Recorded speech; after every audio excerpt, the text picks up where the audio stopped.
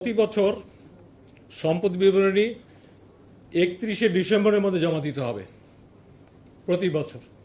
যেহেতু এই বছর আমাদের নতুন একটা বছর পাইনি, ভাঙা বছর, এই জন্য এই বছরেরটা 30শে নভেম্বরের মধ্যে জমা দিতে হবে।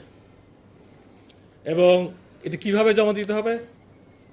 এটা সিলগালাকৃত খামে সংশ্লিষ্ট কর্তৃপক্ষের নিকট জমা দিতে হবে। খামটা থাকবে সিলগালাকৃত।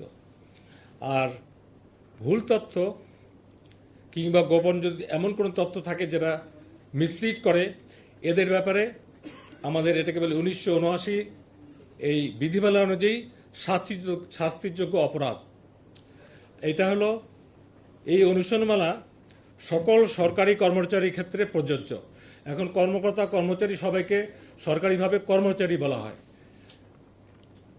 এখানে দুটো ইম্পর্টেন্ট ক্লজ, এই জন্য আমি রিপিট, বিজ্ঞ আদালতের আদেশ ও সংশ্লিষ্ট কর্তৃপক্ষের অনুমোদন ব্যতীত সম্পদ বিবরণীর তথ্য সম্পূর্ণ বা আংশিক হস্তান্তরযোগ্য নয়।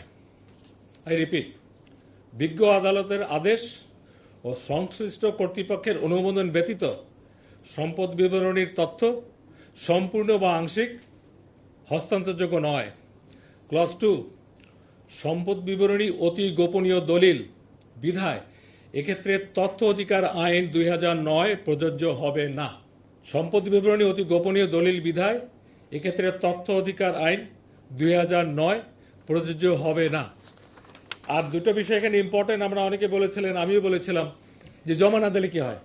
জমা না দিলে অনেক কিছু হয়। এখানে আমি আইনের ধারা হিসেবে বলতে পারি, প্রথমে হলে যদি জমা ঠিকমতো না দেয়, তথ্য গোপন করে, প্রথমে যেটা হয় এটাকে বলে লঘুদণ্ড দেওয়া হয়। যেহেতু কাগজটা আমি দিব, এখানে আমি উচ্চারণ করতে চাচ্ছি না। লঘুদণ্ডেরও ক, খ, গ, ঘ 4টা স্টেপ আছে। এবং তারপরেও যদি সেটা লঘুদণ্ডের চেয়ে অতিমাত্রায় অপরাধ হয়, তখন গুরুদণ্ড দেওয়া হয়। এবং গুরুদণ্ডেরও ক, খ, গ, ঘ 4টা ধারা আছে। এ হলো মোটামুটি, আমি যদি বলি, বাকিটা তো এখানে ডিটেলস লেখা আছে, আমি সামিং আপটা করলাম।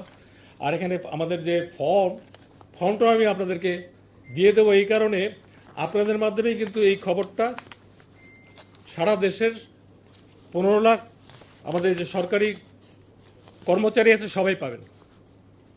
এখানে ফর্মটা যেহেতু সাথে দেওয়া হচ্ছে, এবং এই সামিং আপ আমরা যেটা করে দিয়ে দিচ্ছি, আপনারা আপনাদের মতো করে ইলেকট্রনিক প্রিন্ট মিডিয়ায় লিখতে পারেন। কারণ এইটা কিন্তু আমাদের আদেশ নামতে, কারণ আমরা বিভিন্ন পর্যায়ের নাম যাবে, যে কয়দিন লাগবে, আজকে কিন্তু এটা আপনার দেওয়ার সাথে সাথে এটা একটা ইম্প্যাক্ট করবে, পজিটিভ ইম্প্যাক্ট, এবং এটা বাধ্যতামূলক ফর অল কনসার্ন।